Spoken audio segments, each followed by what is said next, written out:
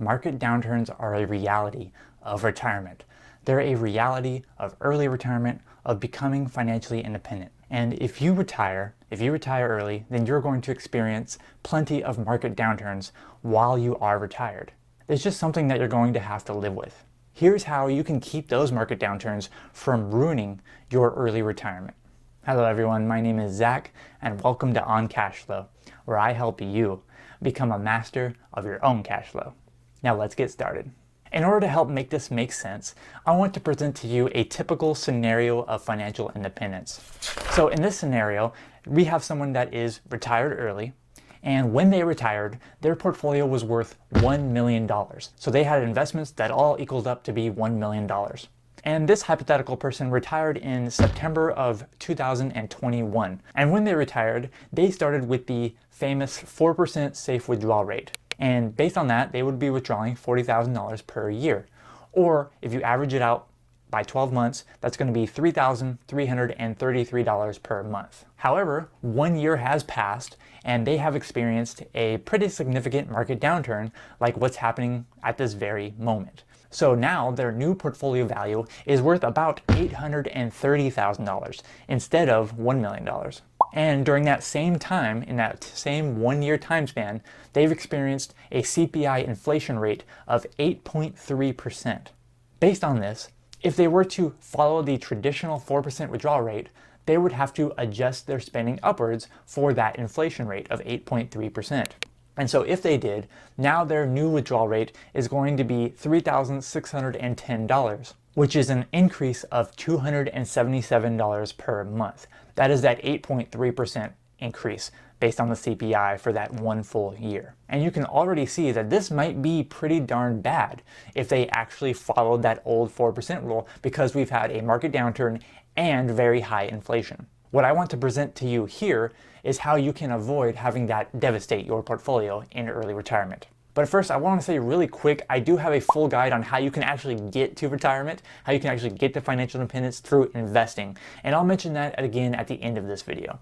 Let's first get on to super secret number 1 in this video. And the first tip that I have for you is to don't actually follow the 4% withdrawal rule.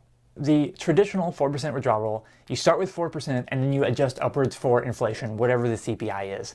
However, if you're looking to retire early and have a potentially very long retirement, then you're probably not going to want to follow those rules.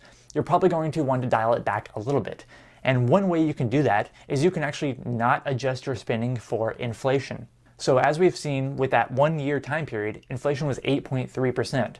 However, if you are retired early, or if you're retired, you might not experience an inflation rate that high like the normal average American would. The reason being that the normal average American is still working probably full time, and they have a pretty fixed lifestyle where all the expenses that they have are going to be averaged out to be pretty darn high. Especially if, let's say, one of the major contributing factors to that inflation rate was the price increase of gas. So that's going to affect the average person that has to commute, 2 ways every single day for, 30 minutes each way. That is going to affect them a lot more than you are if you are retired, because you can just adjust slightly your habits, adjust slightly what you are doing day to day, so that the inflation rate probably isn't going to affect you as much. And therefore, you could probably increase your withdrawals at a slightly lower degree than the full 8.3%. And that's definitely going to help make a big difference over the long run. Another thing that you can do by not following the 4% rule is to simply start with a lower initial withdrawal rate. So instead of starting with 4%, if you're looking forward to having a retirement that is much longer than the traditional 30 years, which the original 4% rule was based on, then you're probably going to want to start with a lower initial withdrawal rate. You might start with 3.8%. You might start with 3.5%. Some people even start with 3.25%. Whatever it may be, it just is going to depend on so many factors. However, if you do start with a lower initial withdrawal rate, it's probably going to increase your chances of success pretty dramatically. And another thing that's probably going to increase your chances of success pretty dramatically is whether the market is up or whether it is down, you should be liking my videos. If you're enjoying this video so far, please make sure you like it. Please give it a thumbs up. It really does help me out, and I would really appreciate that. Okay, but seriously, let's get on to super secret tip number 2. And super secret tip number 2 is to actually adjust your spending based on what the stock market is doing and based on what your portfolio is performing. This is generally known as the percentage of portfolio strategy. So instead of starting with an initial withdrawal rate and adjusting upwards for inflation, instead you are going to withdraw based on whatever your portfolio happens to be at that time, whatever the value happens to be. So if you are taking 4%, for example, you take 4% in year one, and then in year two, whatever your portfolio value is, you take 4% of that as well. Now, by definition, you will never run out of money this way because you are taking a percentage of whatever your portfolio is. However, this is going to come with a lot more drastic increases or decreases in what your spending can be year to year. Going back to the initial scenario I gave you, they started with $1 million and they started with 4%, which was $40,000. But now that 1 year has passed and there's been a market downturn, their portfolio value is now worth $830,000. And if we multiply that by the 4%, this year they would have to take only $33,200. And that averages out to about $2,767 per month. A pretty dramatic decrease because this is a decrease of $566 per month that they cannot spend versus what they could spend last year if they followed this strategy. So the good news and the bad news is that this will make your portfolio last in perpetuity. However, the bad news is there could be dramatic swings in what you're allowed to spend per year. One way that you can kind of get around this, like a happy little medium, is known as the 95% rule. And the 95% rule basically says you take 95% of what you withdrew last time if the value of your portfolio is lower than it was when you made the last withdrawal. So instead of taking the full percentage or portfolio, you just reduce your spending by 5%. Okay, this is a happy median because you don't have to reduce your spending that dramatically while you still actually are adjusting for the market and how the market is performing at that time. One way that you can actually make this method work, even though it is a lot more volatile in what you can spend year to year, you can make it where your initial spending has a lot of discretionary spending built into it. And this is what I would recommend for anybody that's looking to retire, whether it be early or at a regular age. Your budget in retirement should be at least 50% discretionary, which means about half of your spending should be spending on stuff that you want to spend on, but you don't necessarily have to spend that money. And 50% of it or less should be your fixed expenses, maybe like a mortgage or all of your utilities, your cell phone bill, internet bill, and stuff like that. So those kind of recurring bills that are going to happen every single month or every single year, if your budget consists of half of that or less, and you have half or more in discretionary spending, then that by definition allows you to be flexible with your budget, and this can make the percentage of portfolio withdrawals that much easier. The next ninja tip that I want to present to you is one that you're going to have to take care of before you actually retire, before you become financially independent and start living off of your investments.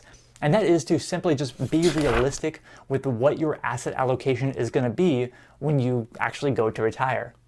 And what I mean by that is the allocation between how much you have in stocks and how much you have in bonds. Because by definition, if you have a higher percentage in stocks, then you're most likely going to have a more volatile portfolio. Whereas if you have some allocation to bonds, it's going to drastically reduce how much volatility your overall portfolio is going to experience, while also decreasing slightly what your total expected return is going to be in the long run. Be realistic, meaning that you probably won't want to retire with 100% stocks if you're going to completely rely off of your investments in retirement. If you have, let's say, 70% stocks and 30% bonds instead, then you're going to experience a lot less volatility, a lot less drastic changes in how much your portfolio is going to be worth. And therefore, if you are following the previous strategy of withdrawing based on what your portfolio is worth at that time, then it's going to be a lot easier to stick to because you're not going to have drastic increases or drastic decreases in how much you can withdraw. Before I get on to my next ninja tip here, I want to know from you in the comments below. What is your primary plan for when there is a market downturn while you are retired? What is your plan for dealing with that? I'm really curious to know. Please let me know in the comments below. But getting on to my tip number 4 for you, it's probably one of the most important ones, and that is to simply do nothing. Yes, you heard that right. When you went to plan your retirement, when you planned your financial independence, you probably thought a lot about it, especially if you're watching my channel. If you're watching a video like this, then you've definitely done some really good planning for your early retirement or for your retirement. And you probably have a pretty solid plan to where you don't really need to adjust it. Or if you do need to adjust it, you don't have to make any kind of drastic changes. Even the 4% rule is based on the worst case scenario. 4% is meant to wither the worst case scenario in stock market history. where you can withdraw 4%, adjust for inflation, and your portfolio has survived even through the worst of what the stock market has ever seen. So even if you do go with that traditional model, you do have a high likelihood of succeeding in retirement. And that's how you don't let market downturns ruin your early retirement. However, you have to actually get to early retirement. You actually have to get to financial independence in the first place. And that's why I created a complete guide for you on how to invest your way to financial independence. And you definitely need to watch that video. All right, I'm gonna put that video in a link in the description below. I'm gonna put it in the pinned comment below. And then it's also gonna pop up on the screen right after I get off the screen. Thank you so much for watching this video. I'm Zach from OnCashFlow.com, and I hope to see you next time.